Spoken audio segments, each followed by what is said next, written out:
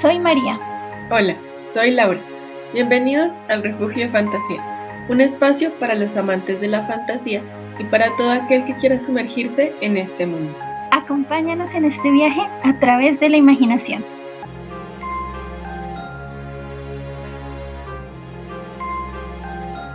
Bienvenidos una vez más a la temporada 2, en esta ocasión capítulo 12. Hoy estaremos conversando con la escritora argentina María Teresa Andrueto. Empecemos.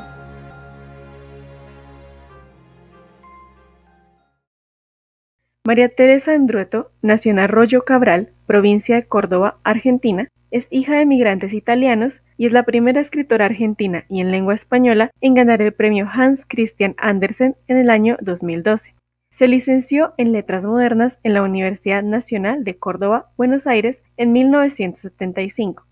Es cofundadora de CEDILIG, donde trabajó durante una década como parte del equipo docente y ejecutivo. Su narrativa ha sido editada en alemán, gallego, italiano, portugués, turco y chino, y continúa traduciéndose. Sus poemas figuran en revistas y antologías nacionales, francesas, italianas, portuguesas, norteamericanas y lituanas. Su obra se estudia en universidades americanas y europeas y se han realizado a partir de ella libros objeto, cortometrajes, espectáculos poético-musicales, coreografías, espectáculos de narración oral escénica y adaptaciones teatrales. Desde hace 30 años trabaja en la formación de lectores, por lo que visita escuelas, profesorados y universidades y es habitual conferencista sobre literatura en general, literatura destinada a niños y jóvenes y construcción de hábitos lectores. Su interés en la obra de otros escritores ha dado por resultado, entre otros, la traducción de poemas y cuentos de la escritora ítalo-brasileña Marina Colasanti y de la poeta uruguaya Circe Maya. También codirige la colección Narradoras Argentinas en la editorial universitaria de Villa María, EDUIM, en el deseo de rescatar y visibilizar la obra de escritoras argentinas ya desaparecidas que publicaron entre los años 50 y primeros 90.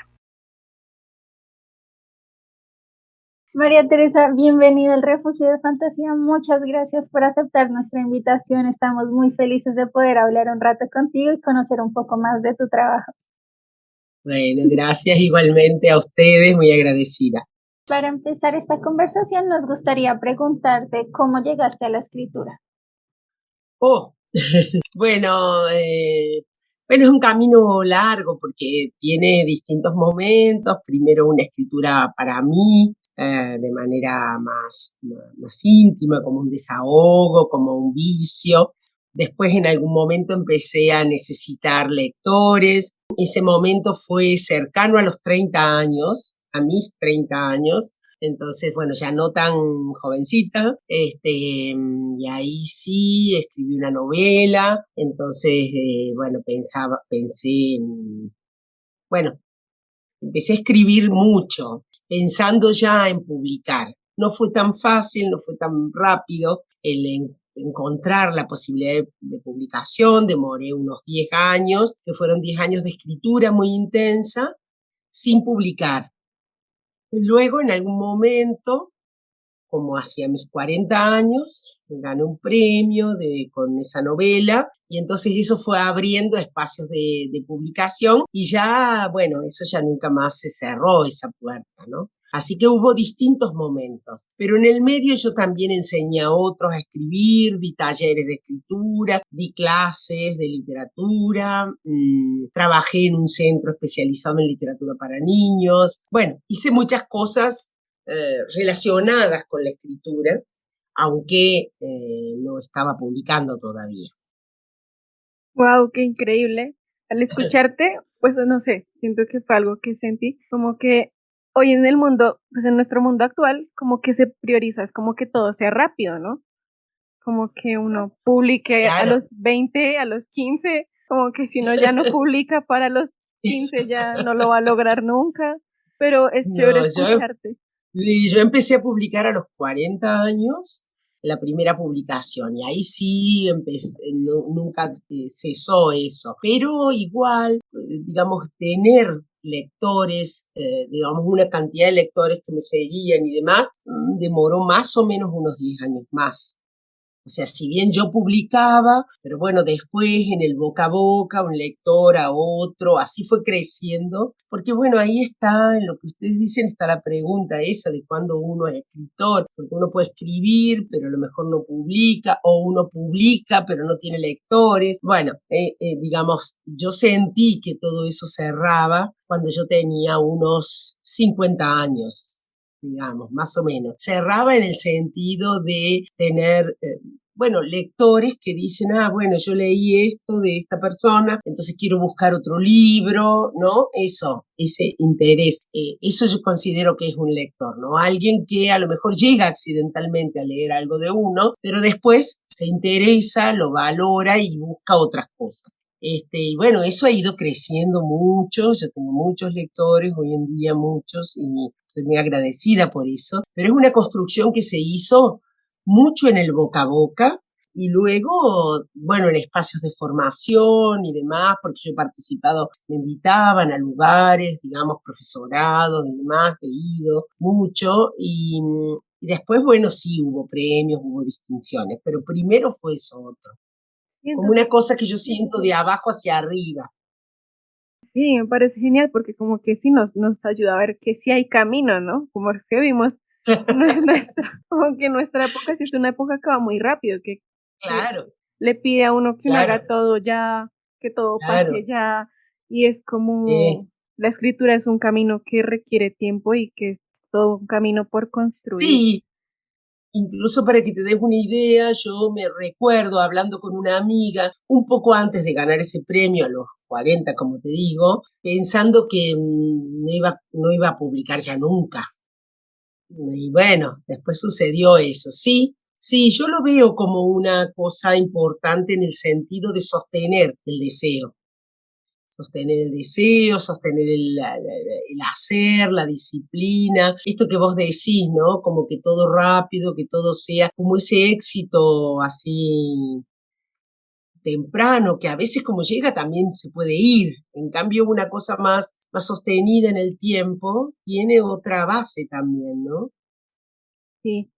Y pues con base en todo lo que has dicho, ¿no? Y todo tu recorrido como literaria, has dado clases, ya es una escritura publicada, premiada, clases de literatura con niños, con jóvenes, has sido mediadora de lectura, ¿no? Tienes mucha experiencia en eso, de hecho. Como, ¿qué es la literatura para ti?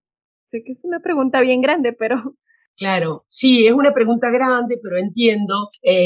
Son dos cosas, porque por un lado me interesa el trabajo muy refinado con la palabra. O sea, muy refinado quiere decir muy trabajado, muy cuidado, muy corregido, muy decantado. Digamos, yo nunca ofrezco un texto que no esté muy trabajado, muy depurado, muy, bueno, leído, revisado, dejado descansar, etcétera. Pero por el otro, digamos que en ese sentido tengo una idea como, no sé cómo llamarle, si una idea muy cuidada, desde el punto de vista de la lengua, con mucha búsqueda de calidad, de refinamiento y demás. Por el otro, en el hacer y en los alcances de esa escritura, tengo una idea muy popular de la literatura, como un derecho de todos de acceder a los textos de calidad, digamos, ¿no? Lo hablo no solo en mi lugar de escritora, lo hablo sobre todo en ese lugar de mediar y de llevar a sectores sociales que a lo mejor no han tenido acceso a la literatura, textos de altísima calidad literaria, bien elegidos. Bueno, he trabajado con jóvenes encarcelados, con mujeres en barrios de mucha marginalidad y siempre he llevado, como dice un amigo, no he aguado el vino. Digamos, siempre he llevado, bueno, literatura potente, fuerte, tal vez elegida, según muy cuidado, según qué público para atraer, pero entiendo la buena literatura y el arte en general como un derecho de todos, ¿no? Y entonces eso me interesa mucho. Por eso he trabajado mucho en mediación, por eso he trabajado en sectores sociales muy diversos, con edades muy diversas, en los espacios formales de educación y en los espacios no formales, de educación no formales, talleres, reuniones, etcétera. Y también en ese marco, por ejemplo, tengo una columna radial una vez por semana, bueno, yo cuento una pequeña historia cada viernes por la mañana, y eso también llega a otro sector, ¿no? A otras zonas, de oyentes, en este caso, que a veces no tienen toda la disponibilidad personal que tiene alguien que lee un texto, sino, digamos, bueno, de pronto escuchan una historia, pero están preparando el desayuno, llevando al niño a la escuela, etcétera, etcétera. Me gusta eso, me gusta esta idea de que, bueno, eso, ¿no? De las distintas formas de la creación como un derecho social de la comunidad. Claro, y teniendo en cuenta ese interés tuyo como autora de una literatura de calidad, estética, cuidada, pero también como un derecho, ¿tú cómo crees que la literatura puede ayudarnos a generar una conciencia crítica? Sí, yo creo que sí, he escrito sobre eso, tengo conferencias sobre eso. Sí, yo creo que sí, que nos ayuda a ver, digamos, con mejor intensidad y calidad y lucidez el contexto en el que vivimos, nos enseña, la literatura nos puede enseñar muchas cosas sin enseñarnos directamente algo. A veces se habla de para qué sirve, qué nos enseña, pero bueno, cuando uno lee un cuento, una novela, se pone como lector en el lugar de un narrador, que a lo mejor es muy distinto de uno. Entonces, digamos, podríamos decir que una cosa que nos enseña la literatura es a corrernos de nuestro yo y a intentar mirar desde otro ángulo el mundo, los sucesos y demás. Entonces, eso también nos permite una mayor inclusividad o una mayor comprensión de los distintos sectores que existen en una sociedad. Y tal vez, si vemos eso y nos colocamos en ese lugar, tal vez podemos comprender mejor a otros, a unos otros, ¿no? Entonces, bueno, ese tipo de cosas. La literatura también nos enseña a utilizar la palabra, a escuchar la palabra de otro, a comprender una historia que sería como una vida también. Bueno, digamos, hay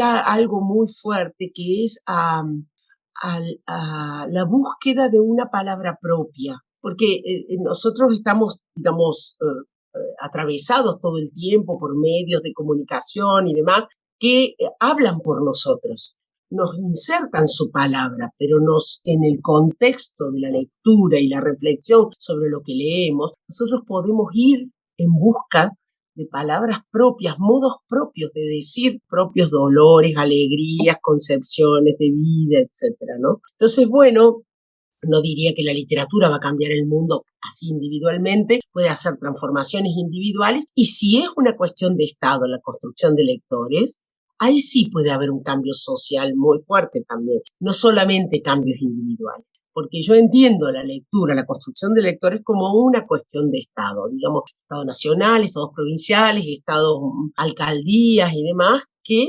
trabajan por la construcción de una sociedad lectora, pueden hacer que mejore la conciencia de una comunidad, ¿no? Unido con todo lo que nos has dicho hasta el momento, pues ya leyendo tus obras, hemos visto que la mujer tiene un papel central, ¿no? Y tú ahorita Sí. hablabas de que has dado también talleres a mujeres, pues también a muchos otros grupos sociales, pero pues Pero también a mucho con mujeres. mujeres. Entonces, y sí, la mujer es algo central en tu obra, Sí, sí. literal. Entonces, ¿qué piensas? Pues yo creo que esta pregunta que voy a hacer es una pregunta que en realidad es dos, pero bueno. Entonces, la primera parte es, ¿qué piensas de la relación entre las mujeres y la palabra?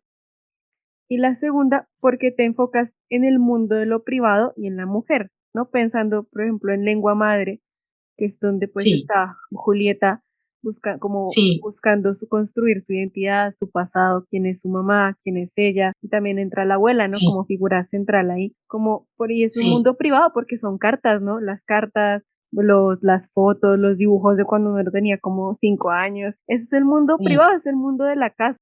Y también, sí.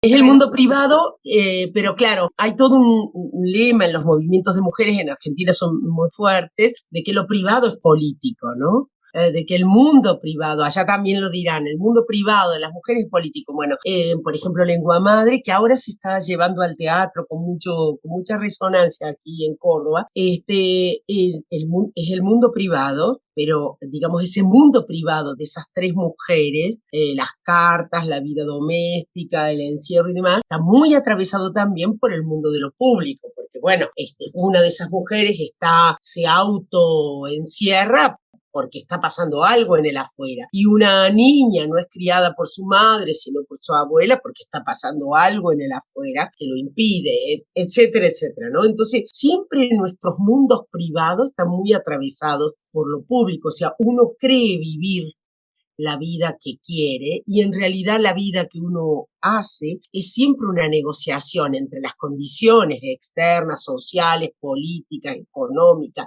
laborales, etcétera, geográficas y demás, y de época, con los deseos, condiciones y características de la vida más privada. Siempre hay esa negociación. Los griegos lo sabían muy bien porque hacían suceder sus tragedias en la puerta del palacio, no adentro, tampoco lejos, sino en la puerta, porque en el umbral, que por algo se llama umbral, porque es el lugar que separa o une la vida privada de la pública, en el umbral se podía escuchar los gritos de la que estaba adentro y el mensajero que venía a traer la buena o la mala noticia. Entonces, digamos, como los griegos no tenían en las obras de teatro distintos cambios de escena, todo tenía que suceder con un solo escenario, usaban el umbral de la casa palaciega, para hacer que allí estaba el adentro y el afuera, ¿no? Es eso, ¿no? En la vida de cada uno de nosotros, aunque no esté marcado de esa manera, en la vida privada de cada uno de nosotros,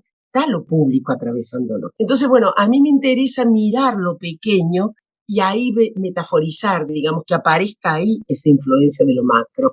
Porque no me interesa a mí los personajes, no me he interesado para escribir los personajes heroicos, los grandes, sino la vida común, ¿no? Las pequeñas heroicidades y traiciones de las personas comunes. Y bueno, mucho las mujeres, siempre me ha interesado ese universo, que hablando de lo privado es más potente en las mujeres en general, pero siempre me ha interesado ese universo, mirar ahí. También mucho mirar mujeres de los sectores medios pueblerinos o pequeños en mi país, porque bueno, también es la cultura de donde vengo, ¿no? Ese sector de donde vengo, pero mirarlo críticamente, ¿no? Con sus pasiones, sus traiciones, sus aciertos, sus errores, sus rechazos, sus aceptaciones y demás.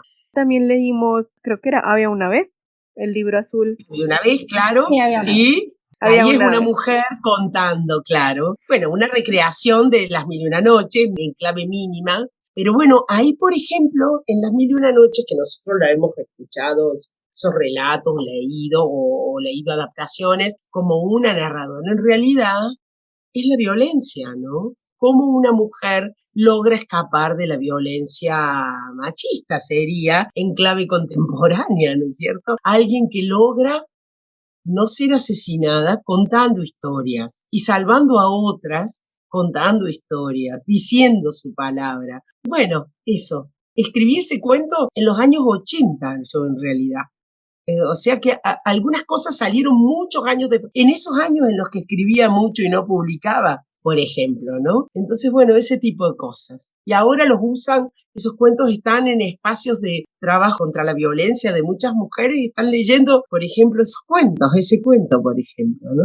Sí, cuando uno lee cosas muy fuertes en tus libros, o sea, No había una vez, y que también lo hacen reflexionar mucho a uno, ¿no? O sea, yo, pues leyendo Había una vez, solo como el contar para salvarnos, como decías, pero también Lengua Madre, no sé por qué terminaba pensando en mi abuelita y en mi mamá y en, claro. en mi relación con ellas, ¿no? Con las mujeres. Sí. Sí, y esas tres mujeres que son distintas, se quieren, se rechazan, se aman, pero que son distintas porque hay una que reprocha por la participación política, hay otra que elige la participación política y sufre sus consecuencias, hay otra que desestima eso porque eso la ha hecho sufrir, la participación política de su madre la ha hecho sufrir. Digamos, uno podría tener distintas, bueno, distintas reacciones frente a eso, porque bueno, porque cada una de ellas vive un momento distinto y cada una de ellas tiene una relación distinta con las otras, bueno, todo eso, ¿no? Como que la literatura, esto, no, yo por ejemplo aparecen mucho las mujeres en mis libros, pero nunca es, las mujeres se tienen que comportar de una determinada manera, ser liberadas o tal cosa o tal otra, no, a mí me gusta mirarlas y ver qué hacen, porque son distintas según las vidas que les toquen, digamos, según las condiciones. Entonces, lo que me interesa más bien es comprender las diversas maneras de ser, de habitar la condición de mujer o la de persona, más que indicarles por dónde tienen que ir o qué tienen que hacer. Sí, y creo que en relación con eso está como otra vez la primera parte de la pregunta dividida en dos, que es ¿qué piensas de la relación entre las mujeres y la palabra? Porque pues las mujeres narran, ¿no? No había una vez, narran, y esas Bueno, contadoras eso, desde tiempos inmemoriales, ¿no? exacto. Exacto, esa es una relación muy profunda. Casi todo, no siempre, pero casi siempre o muy frecuentemente, las historias familiares y la genealogía familiar nos llega por la vía de las mujeres, las madres, las abuelas y demás, más que la de los varones. Será una cuestión cultural probablemente. Probablemente mientras se hacen las tareas de la casa, las mujeres han tenido por hábito contar. ¿Sabes qué? Una vez que estaba en la Feria del Libro de Bogotá, y se acercó una mujer, socióloga, ciega, de La Guajira, me dijo que ella trabajaba en unos grupos de lectura en La Guajira y que mientras las mujeres tejían los bolsos esos de la cultura guayúes, bueno, mientras tejían, decían, mientras tejemos nos contamos el conflicto. Se cuentan cosas que les han pasado en relación a eso. Y mientras más contamos, más nos sanamos, me dijo. Pareció súper interesante y me parece muy, bueno, acá también hay grupos de tejedoras, de gente que hace cuestiones con las manos y que se juntan, mujeres que se juntan y que mientras hacen esas cosas, se cuentan cuestiones personales, problemas, dificultades, y bueno, poniéndole palabras a lo que uno siente, uno puede ver más claramente. Hay una relación muy fuerte con la palabra. Irene Vallejo, la ensayista española, dice que seguramente las que primero escribieron fueron las mujeres, porque todas las metáforas de la escritura tienen que ver con la costura, el nudo, el punto, el desenlace, el hilo de la conversación, etc. Incluso en Twitter hoy se dice un hilo de Twitter, ¿no? Y son metáforas de labores de mano, ¿no? De trabajos con la costura y demás, de trabajos habituales de las mujeres. Así que la relación ahí es muy intensa. Solo que bueno, que las mujeres han usado o hemos usado esa palabra de un modo más privado, contando en la casa, construyendo historias, y se ha tardado más en que las mujeres escritoras tuvieran un lugar más fuerte en el canon, ¿no? A mí me interesa mucho eso, que con otras dos colegas codirigimos una colección de narradoras argentinas olvidadas, porque bueno, hoy en día sí muchas mujeres publican, y son reconocidas y demás, pero las mujeres de la generación de mi madre sería, digamos, bueno, a ellas les ha costado más un espacio de visibilidad. Y ahí nosotros en esa colección que se llama Narradoras Argentinas, le ponemos el cuerpo a esas que ya no están. Claro, y pensando en lo que decías ahorita de darle voz a lo que sentimos para sanar y también recordando lengua madre y lo que mencionabas ahorita del umbral, yo sentí en ese libro la palabra también como umbral, entre lo íntimo, ¿no? Entre lo... Claro. Sí, y es muy lindo como la palabra también se muestra ahí como ese lugar de encuentro, de memoria, de reencuentro, ¿no? Saber realmente quiénes somos, repensarnos. Hay una parte en la que hay en una carta que ella le está escribiendo a la hija y le dice, tu poema me hizo recordar, me llevó a la memoria, es muy bonito. Entonces, teniendo en cuenta eso, ¿qué nos podrías contar sobre ese había una vez en tu trabajo, ¿no? Como ese inicio que se abre en tus obras como una posibilidad de encuentro con el otro, con una identidad cultural y humana. Sí, para mí la literatura es memoria, memoria de la casa, memoria de la lengua, memoria social, una memoria que llega a unos intersticios donde no llega la memoria oficial o las memorias oficiales, digamos, ¿no? Entonces, ese había una vez milenario, en realidad está, aunque no es, a veces está como en el cuento había una vez, está presente. Y si no, no está presente, pero está soterrado, está ahí abajo de todo.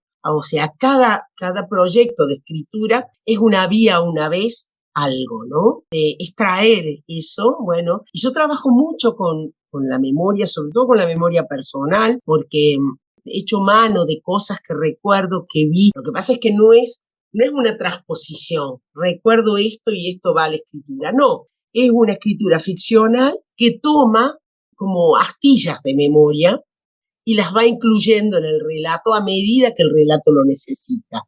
No es la idea de quiero contar lo que me pasó cuando tenía tantos años. No, no es eso. Es algo de la afuera que despierta el deseo un deseo de ficcionar, y una vez que empieza en ese proceso de ficción, ese personaje, ese narrador o esa historia necesita cosas, y yo voy a la despensa de mi memoria, al almacén de mi memoria.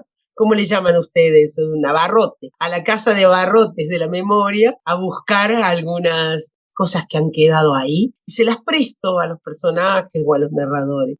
Y es muy chévere porque hace presente cómo la literatura y el arte nos pueden ayudar a, valga la redundancia, a ser presentes a los otros y hasta incluso a nosotros mismos, ¿no? Como está. Sí es.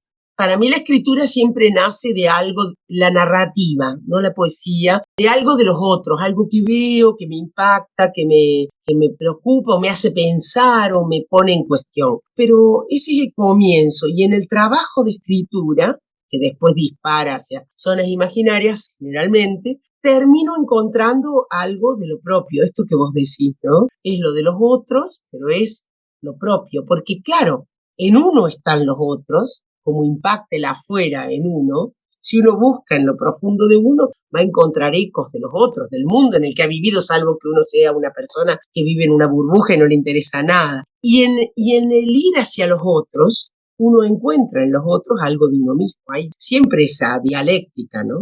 Sí, pero me acaba de surgir una pregunta, ¿no? Como dices que la narrativa surge de ese encuentro con los otros, la poesía, ¿de dónde surge? A la poesía en general va algo que la poeta Liliana Cavalli, la poeta italiana, dice lo más propiamente mío. Yo no escribo tanta poesía, y lo que he escrito, digamos lo que he ido escribiendo a lo largo de los años, siempre el punto de partida fue algo muy, muy propio, muy íntimo, muchas veces ligado al dolor, no siempre, pero casi siempre, duelos relacionados con la pérdida de mi hermana o de mi papá, o conversaciones con mi madre cuando han sido los puntos de partida, conversaciones con mi madre cuando ella se perdió en la senilidad, en el Alzheimer. Bueno, esas situaciones, esas temporadas que me han puesto como en una apertura de gran fragilidad y por lo tanto de mucha sensibilidad, me han llevado más a la poesía que a la narrativa.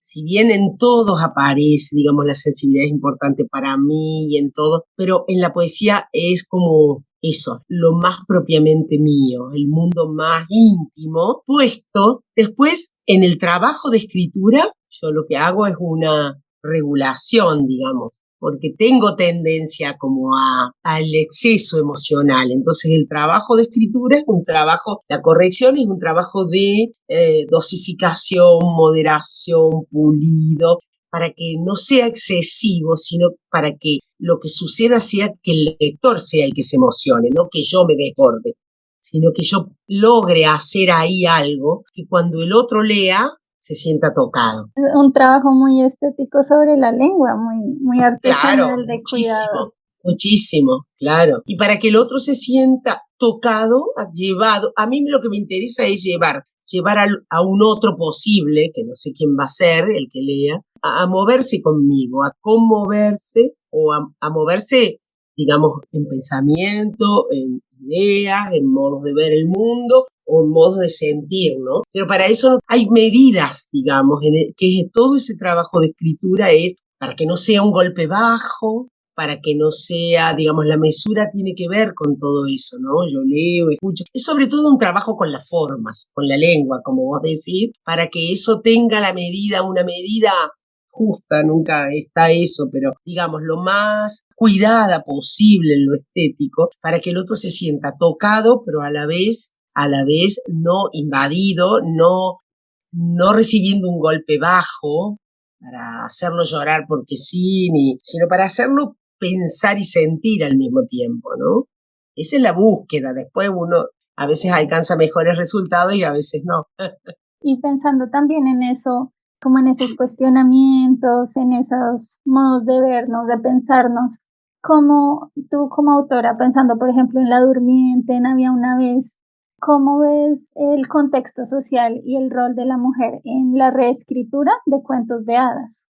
Claro, bueno, no hay, mi relación con la escritura no es una relación racional previa. No es que yo diga, bueno, a ver, voy a tomar un cuento de hadas y voy a replantear el lugar de la mujer. No, no es eso. En cada caso es distinto cómo surgen, pero por ejemplo, en el caso de La Durmiente, forma parte de una serie de cuentos que yo escribí a partir de epígrafes. Porque yo encontré era en una revista una cantidad de frases que son los que están de epígrafes en los cuentos. Entonces, encontré ese, ¿no? Había una vez una princesa que despertó no por el beso de un príncipe, sino por una revolución. Entonces, bueno, a ver, vamos a ver cómo es eso. A ver, está la princesa nace, pasa tal cosa, pasa tal otra, y a ver cómo es que llega a la revolución. Digamos, el mismo cuento me va llevando, yo me meto en ese mundo y, digamos, lo que me interesa es esa cohesión interna, es ese proceso interno de escritura, no una idea extra literaria, extra cuento, ¿no? Después, cuando eso sale y en el proceso de revisión y demás, y a veces también por los lectores, voy viendo, porque por ejemplo, La Durmiente, yo escribí La Durmiente en los años 90. O sea, miren lo que les digo. En los años 90 y Isvan, el ilustrador, que es amigo también, una vez que vino a casa, lo leyó el texto y me dijo, ay, yo quiero ilustrar eso y lo presentemos en algún lugar. Y bueno, eso hicimos. Pasó un tiempo y él hizo unas ilustraciones y bueno, lo presentamos. Iba a salir en un momento determinado a comienzos del año 2000. Pero resultó que, bueno, se lo ofrecimos a una editorial, en ese momento Alfaguara, ahora está preparándose una edición más lujosa en la editorial Calibroscopio de Buenos Aires. Y entonces, bueno, lo tomó la editorial Alfaguara, que ya fue una sorpresa, porque es una editorial más masiva, bien masiva, mejor dicho, no pensamos nosotros que les ofrecimos varias cosas y eligieron ese entre otros. Y no pensamos que les podía interesar una editorial de esas características. Lo eligieron. Resultó que la directora de colección, la que lo había contratado en realidad, tuvo un problema de salud muy severo y eso, bueno, por un par de años no volvió a retomar eso. Más de 2 años. Una cirugía, un tratamiento con quimio, etcétera, etcétera. Bueno, pasó mucho tiempo. Cuando ella se mejoró, él iba a retomar, porque el ilustrador había hecho unos bosquejos, no había hecho había hecho una muestra, no había hecho todo el libro. Le sucedió que tuvo un problema de salud el ilustrador, entonces mi amigo, entonces también demoró otro par de años. Conclusión que terminó saliendo como 5 años después.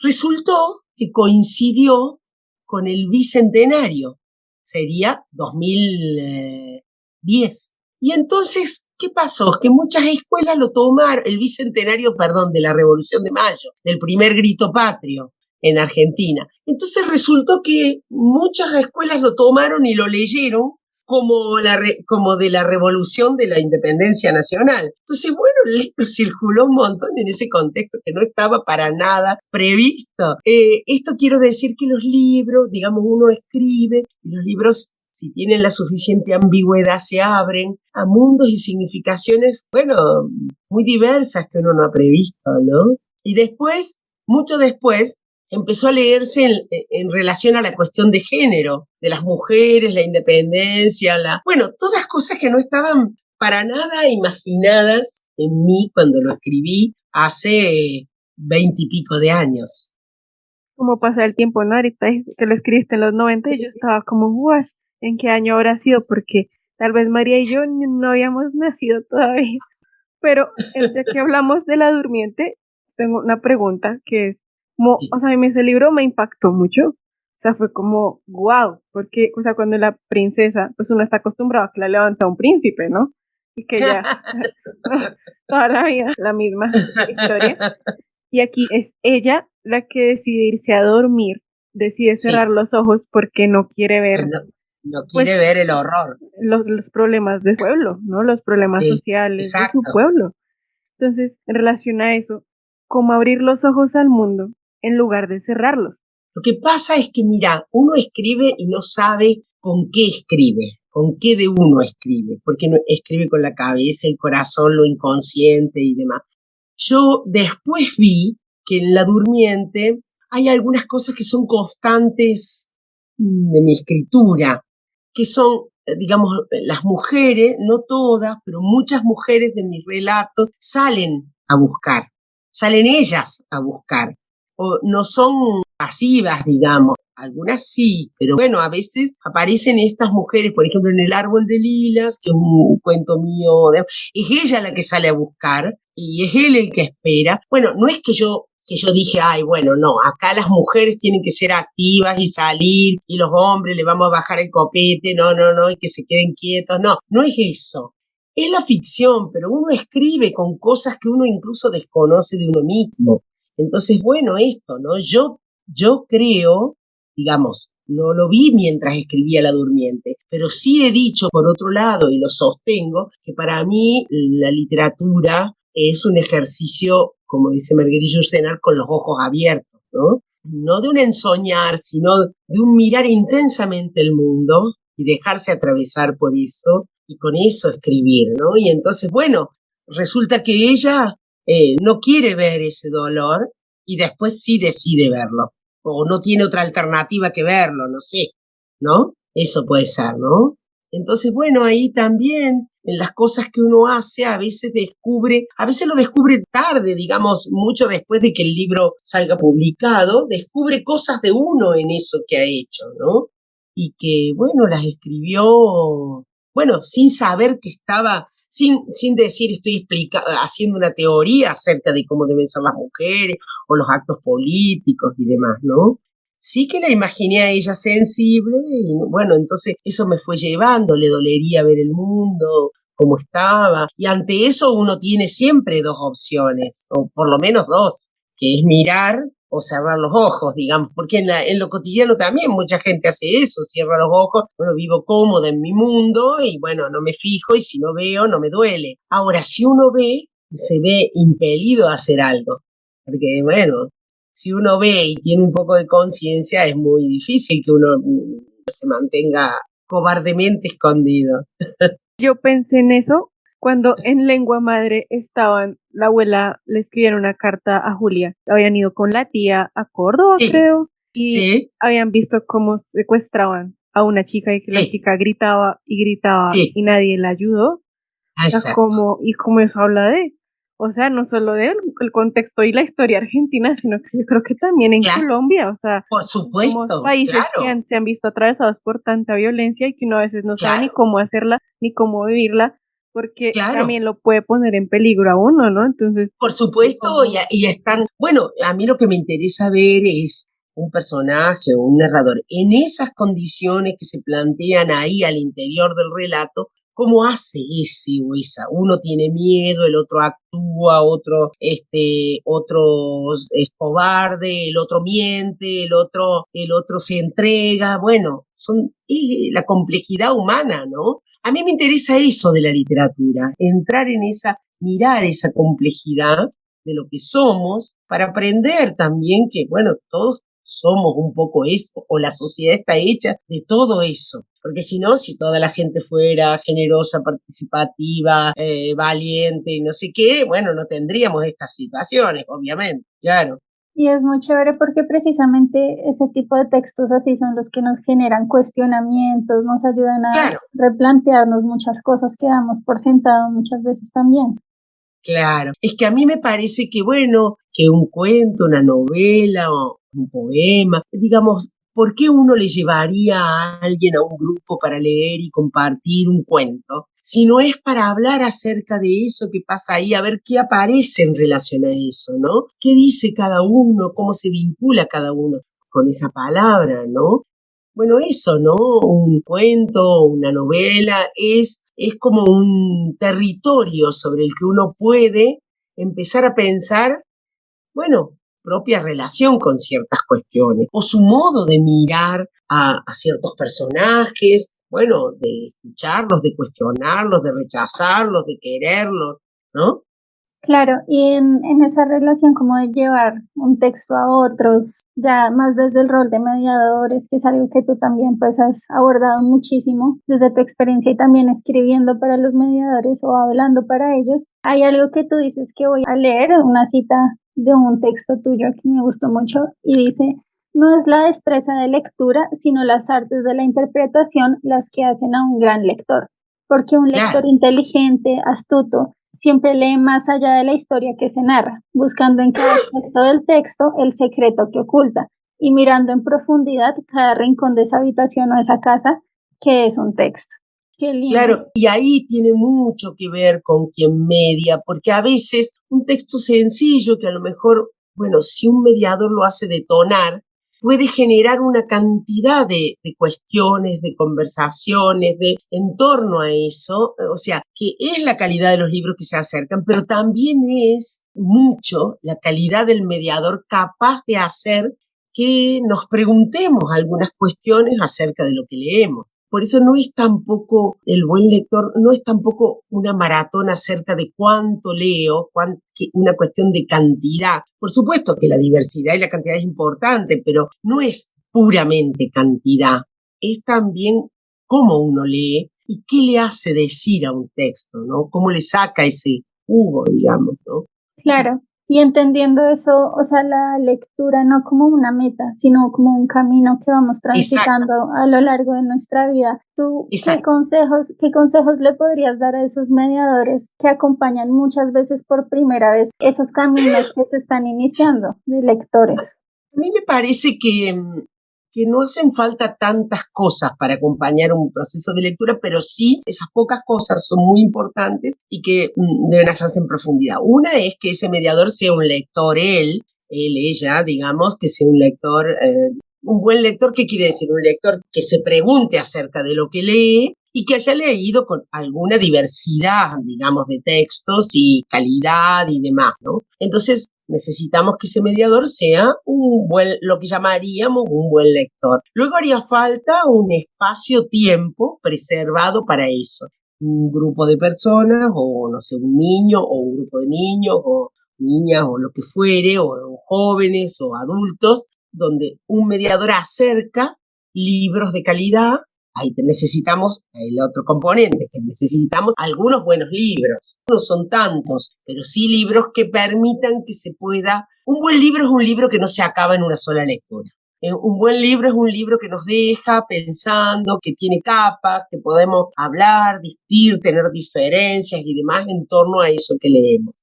Para mí, un buen libro es eso, ¿no? Entonces, bueno, algún buen libro o algunos buenos libros, un mediador que sea un lector, ya un lector, y un espacio-tiempo en el cual sucede algo relacionado con eso. Bueno, se lleva el libro, o se lo lee, o se lo muestra, o están ahí, o alguien lo toma. Hay un espacio-tiempo liberado para eso, dejado para eso, y en lo posible sistematizado en el sentido de un encuentro semanal o con una frecuencia, digamos, de manera que se espere ese momento y se sepa que va a llegar y se sepa que se quiere estar ahí, ¿no? Y luego una escucha muy atenta de ese mediador para ir tomando lo que aparece en ese espacio-tiempo. Esas son las 4 o 5 cosas que yo diría que no son imposibles. Cualquiera que tenga amor por la lectura podría, digamos, establecer eso, claro, prepararse, leer. Esa preparación puede ir a la par de lo que se va haciendo, ¿no? Porque uno va leyendo, sigue leyendo. No son cosas tan complejas, no exigen tanto dinero, exigen un poco de tiempo, exigen un poco de organización, exigen una sensibilidad lectora y de escucha importante. y exige algunos libros de calidad. Ya que hablamos como del mediador y consejos para mediadores de lectura, ¿qué consejos le darías a las personas que quieren escribir? Bueno, la escritura me parece que nace de una necesidad interna muy fuerte. Entonces, lo primero es que esa necesidad esté, porque uno puede hacer en la vida muchas cosas, muchas interesantes. Bueno, y a veces esa necesidad no está, esa necesidad de poner en palabras, mejor dicho. Podría haber dos vinculaciones. Una es el proceso de escritura para cualquier persona que quiera buscar una palabra propia. La otra es la búsqueda de un espacio como de escritura más de escritor, digamos. Son cosas distintas. Yo he trabajado mucho en talleres de escritura de personas, niños, jóvenes, adultos que, bueno, quieren relacionarse con la escritura, pero no está. Algunos de ellos después les interesa seguir, perfeccionarse, publicar libros y demás. Yo digo, es como el tema del canto. A uno le puede gustar cantar y eso es hermoso y puede querer cantar más o menos bien, entonado, porque le gusta eso. Y uno puede también querer cantar en público y uno puede querer ir al teatro más grande del país a hacer canto. Son distintos como grados de lo mismo, ¿no? Entonces, bueno, yo puedo escribir para mí, querer que eso sea bueno, o para mi pequeño entorno, o puedo querer escribir de una manera más pública, digamos, porque un escritor es aquel que hace pública su palabra. Y ahí en ese caso uno le tiene que dedicar más, ¿no es cierto? Porque, bueno, más tiempo, más esfuerzo, bancarse que a lo mejor la publicación no aparezca, como eso que me pasó a mí durante mucho tiempo, etcétera, ¿no? Entonces, la persona que quiere hacer de eso su ocupación, su vicio, también tiene que saber que de eso no es difícil vivir, entonces hay que tener otro trabajo aparte. Bueno, son muchas cosas, ¿no? Pero si el deseo supera todo eso, bueno, uno puede primero leer mucho y el leer, cuando uno empieza a escribir, cuando uno escribe o cuando uno quiere escribir, cambia el modo de leer, porque uno lee también el oficio. Lee también cómo hace el otro para redondear una historia, suministrar información, tener un punto de vista narrativo. Uno no lee solamente, como cuando lee solamente por placer, digamos, de leer. Es como si uno dijera, bueno, yo quiero ser carpintero y hacer unas mesas. Entonces ya no me fijo solamente en qué linda o fea es la mesa, o en que me sirva para comer, sino que me fijo cómo tiene el encastre, cómo está lustrada la madera, etcétera, ¿no? Bueno, con la escritura uno hace eso. Cuando uno lee un cuento y dice, cuento, ¿qué cuento? A ver cómo hizo, a ver cómo empezó, cómo resolvió el final, cómo suministró información, cómo es el uso de la lengua, etcétera, ¿no? Uno mira el cómo también. Entonces, eso es importante.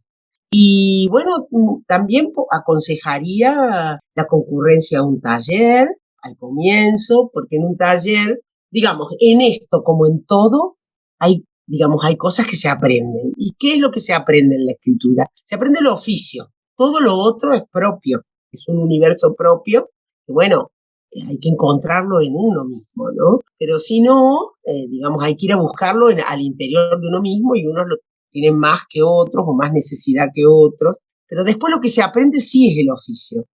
Cómo ser comprendido por el otro, cómo decir sin decir del todo, para que la cabeza del otro y el corazón del otro trabajen, cómo cerrar bien una historia, cómo elegir bien un narrador, un punto de vista adecuado, todo eso, ¿no?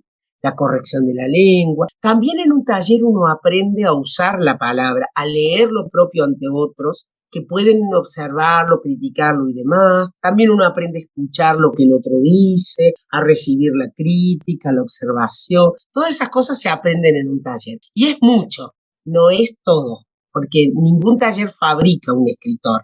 Solo un taller le da herramientas para que eso que es propio del otro pueda mejorarse. Sí, bueno, es como un camino realmente atravesado por el deseo. Sí, mucho por el deseo, claro. Sí. Y bueno, ahorita nos estabas hablando de los buenos libros, a esos a los que podemos volver y nos siguen hablando. No sé si tienes algún libro al que hayas vuelto constantemente a través de los años y que haya crecido contigo. Sí, hay muchos libros, qué sé yo, hay libros que descubrí de chica, pero otros que descubrí de joven, por ejemplo, sobre todo los que descubrí en la adolescencia o en la primera juventud, muchos de ellos, bueno, están acá y vuelvo a ellos, muchos. Bueno, distintos escritores, a ver qué, bueno, también mucha poesía. Bueno, si querés que te dé títulos, nombres, qué sé yo. Pavese, por ejemplo, es un escritor italiano al que vuelvo siempre. Sebald, que es un escritor alemán que vive en Inglaterra, descubierto más tarde en la vida, que a Pavese lo encontré a mis 17 años. Lo empecé a leer a mis 17 años, en el caso de Sebald no, yo ya era una mujer grande, pero no tan grande como ahora. Bueno, desde entonces lo incorporé. Marguerite Duras es una escritora a la que vuelvo bastante, muchos poetas italianos. Tengo algunas zonas de lectura a las que vuelvo mucho. Una es la de una generación de escritores argentinos posteriores a Borges, a Cortázar. Son escritores, la mayoría son de las provincias o se criaron en las provincias y son escritores escritores y escritoras, ¿no? Que me interesan mucho.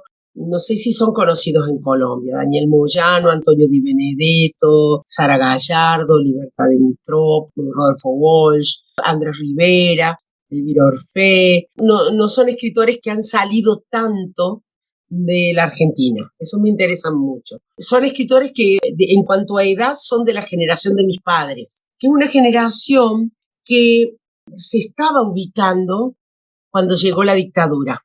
Y la dictadura, bueno, hizo que algunos desaparecieran, otros entraran presos, otros no pudieran publicar por muchos años. Cuando volvió la democracia, aparecieron las generaciones jóvenes y ellos quedaron como un poco ahí, bueno, olvidados, después han sido rescatados, pero bueno, eso. Me interesa mucho también la narrativa norteamericana del sur, sobre todo las mujeres, Flannery O'Connor, Carson McCullers, bueno, Capote también, Cheever, por ejemplo, Dora Welty, Carver, por ejemplo, mucho, Raymond Carver. Me interesa mucho la poesía italiana del siglo XX, Eugenio Montale, Ungaretti, Pavese, Sandro Penna, Saba. Son poetas, algunos a lo mejor no son tan conocidos afuera. Esto que les nombré en general sí. Bueno, que algunos narradores, bueno, dentro de lo latinoamericano, sobre todo la obra de Rulfo, que me interesa mucho, pero muchos narradores latinoamericanos y narradoras también, algunas escritoras faros. Bueno, a Carson McCullers ya se las nombré, Flannery O'Connor también, las norteamericanas, pero también, por ejemplo, Natalia Ginzburg, la italiana, o Doris Lessing, la inglesa, de lengua inglesa. Me gustan, últimamente he descubierto y me encantan las escritoras negras, sobre todo caribeñas, Jamaica Kincaid y sobre todo Marisé Condé. Son escrituras así muy potentes, digamos, como que son descubrimientos más recientes. Me interesan mucho. Sigo mucho la escritura de las mujeres. Bueno, eso. Hay un narrador alemán que me interesa mucho y que me ha influido también, sobre todo en los puntos de vista narrativos, que se llama Heinrich Bell. Fue alguna vez premio Nobel de literatura, pues está muy olvidado, pero a mí me interesa mucho su modo de contar, porque toma un episodio y lo hace gira alrededor desde distintas perspectivas. Eso me ha influido. No los asuntos, sino esas estrategias de contar.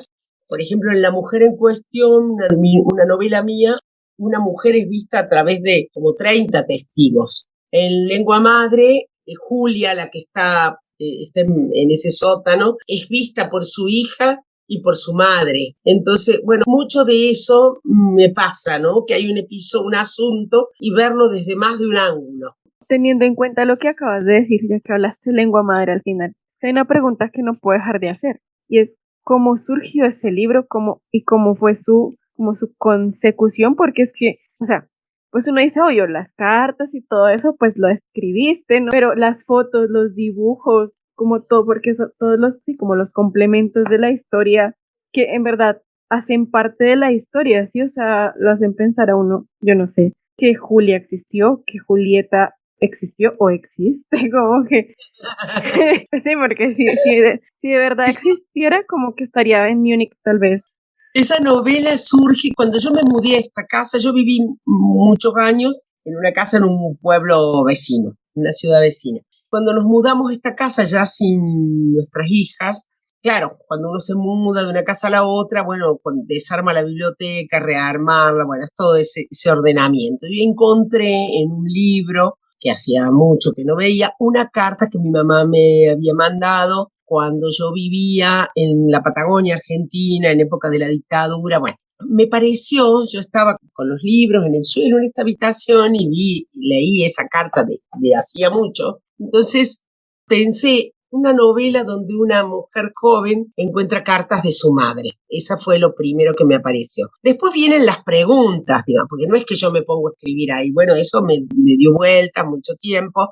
Las preguntas serían, ¿por qué encuentra cartas de su mamá? Bueno, porque su mamá ya murió. Por ejemplo, me puedo ir respondiendo cosas posibles. Su mamá ya murió. Ah, bueno, su mamá ya murió. ¿Y por qué ella no estaba con su mamá? Bueno, porque ella estaba fuera del país. Bueno, ¿por qué estaba fuera del país? Bueno, porque ella no se crió con la madre, ¿por qué se crió con la abuela? Bueno, todas esas preguntas giraron mucho tiempo, dieron vuelta. Bueno, finalmente yo en algún momento me senté a escribir y en ese sentarme toda la escritura de lengua madre, no es que yo armé por un lado las cartas, porque podría haber sido, por un lado las cartas, después la historia, no, la escritura iba siendo así, como si yo sacara cosas fragmentarias, digamos, como si yo sacara cosas de una caja. Entonces yo me iba imaginando que en esa caja, bueno, lo primero que pensé es, si ella está en la casa de la madre, desarmando la casa de su madre, porque su madre murió, en la casa de la madre no pueden estar las cartas de la madre. Entonces, porque uno las cartas las manda a otro. Entonces, ¿qué cartas podían estar ahí? Las de la abuela, las de otros, entre ellas las de la abuela sobre todo, ¿no? Así fue. Entonces, bueno, yo me imaginaba que iba sacando de esa caja algo. El avance de escritura es, hoy saqué esto, mañana saco otra cosa, la semana que viene lograba sacar otra cosa. Y en ese sacar me imaginaba también sacar fotos, sacar dibujitos, que son todas las cosas que las madres guardamos en una caja, el chupete, el hilito, la cinta del pelo, el rulito que le sacamos al niño, todo eso, ¿no? Yo me imaginaba un poco eso. No estaban las fotos, digamos, yo iba sacando cosas de la caja y cada tanto ponía aquí una foto, aquí saca una foto, pero bueno, no sabía qué foto. Después empecé a pensar, bueno, una foto de ella con su mamá cuando era chiquita, bueno, pero yo no tenía tampoco el reconocimiento que tengo ahora y yo buscaba una editorial grande porque mis libros anteriores habían salido acá, en una zona más restringida. Entonces demoré varios años, o sea, yo escribí esa novela 2003, 2004 más o menos, o 2005, hasta 2005 puede haber sido, y se publicó por primera vez en 2010. Entonces, cuando finalmente Random, una editorial grande, decidió publicarla porque dieron unos informes de lectura, fueron buenos, y ahí empecé yo mi relación con ese grupo editorial.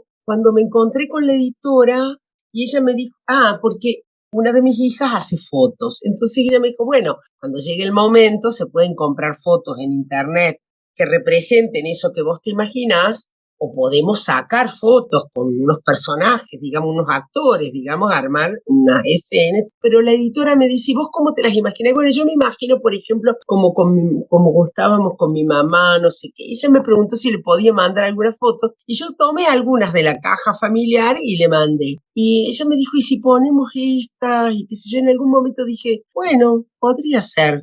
Después cuando vi el mono, el original, antes de que entrara a edición, bueno, me impacté un poco de verme ahí. Son fotos familiares. Lo que pasa es que no están puestas en el mismo sentido de mi vida, digamos. Qué sé yo, estoy, por decir, mi marido está como si fuera el padre que abandonó a Julieta, digamos, la foto del caballito donde hay bueno, es la foto de mi marido cuando era chico. Unos amigos nuestros de Chile quedaron como de hombre que le habla de la revolución interestelar y qué sé yo. Bueno, eso, nada que ver, pero bueno, lo puse en ese lugar. Así, ¿no? Cosas así. Hay una foto de mi hija con su novio, que, bueno, que queda como Julieta, bueno, qué sé yo, bueno, una mezcla, pero no están puestos para explicar mi vida, sino al servicio de, que eso es algo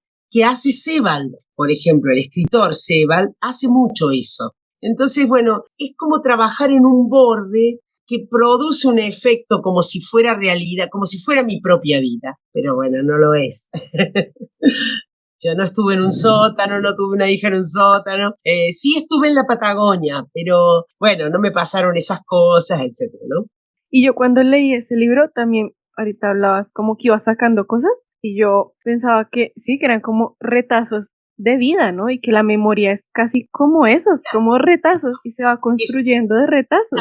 exacto, eso es. Y uno Eso vive es. la memoria así, ¿no? Está uno tratando de acordarse Sí, para allá cuando era niña y claro, y no es todo, siempre son fragmentos y significan distinto para unos que para otros. Pero bueno, lo que creo que tiene Lengua Madre es que todos los lectores, y más aún las lectoras, hemos tenido una madre, ya sea más presente, ausente o con las características que fuere. Todos tenemos abuelos, abuelas, todos nos insertamos las mujeres en esa línea. Entonces, bueno, hay algo que es de Julieta, pero es de todos también, de todas sobre todo, ¿no? Sí, realmente es un libro que nos hace recordar, que mueve como muchas fibras de la memoria.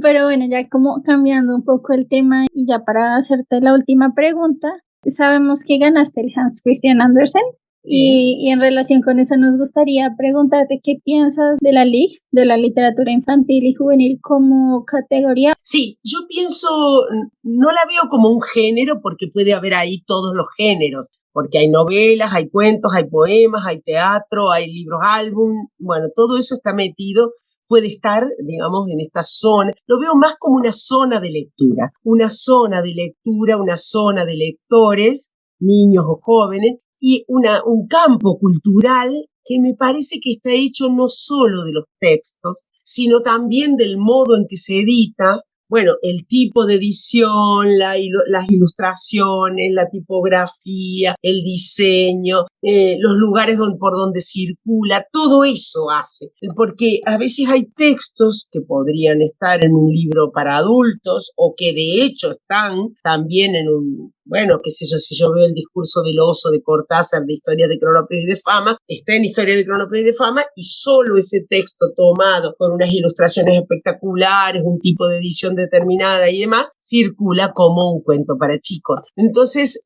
para lectores, niños o niños más que nada. Entonces, me parece a mí que es como una categoría, un campo cultural en el que convergen distintas cualidades, características, ocupaciones, profesiones que tienen que ver con la escritura, la ilustración, el diseño, la edición. Tiene mucho que ver la cabeza del editor para ver cómo compagina todas esas cosas. No es solo un texto, solo el texto, ¿no? Porque un mismo texto puede estar aquí o allá. No todo lo que está en adultos puede ir a un libro para chicos, ni todo lo que está en un libro para chicos puede ir a adultos, pero hay sí textos que según donde estén y cómo estén ofrecidos, digamos, buscan un tipo de lector u otro. Wow, bueno, María Teresa, muchas gracias por este tiempo. La verdad, qué placer poder conversar contigo y conocerte un poco más. Yo empecé a leer tus textos, especialmente sobre pedagogía, hace muchos años cuando estaba haciendo mi pregrado y nunca se me cruzó por la cabeza que tendríamos la oportunidad de conversar. Entonces, pues, Gracias. qué chévere. Gracias a las dos, a María y a vos, Laura. Un abrazo y bueno, son muy encantadoras ustedes. bueno, eso fue todo por el día de hoy. Esperamos que hayan disfrutado de la conversación con María Teresa y que se animen a leerla si todavía no conocen su obra. Les recordamos que pueden encontrarnos en Instagram, donde publicamos contenido todas las semanas, y en Spotify, Spreaker, Google Podcast y YouTube. Nos escuchamos pronto y gracias por atreverse a cruzar el umbral. Y antes de irnos, nos gustaría preguntarles si conocen algún escritor o escritora de cuentos de hadas latinoamericano que nos recomienden. ¡Chao! Noticias del refugio. En julio no tendremos episodios nuevos, pero volveremos en agosto con un viaje a Inglaterra y sus cuentos de hadas.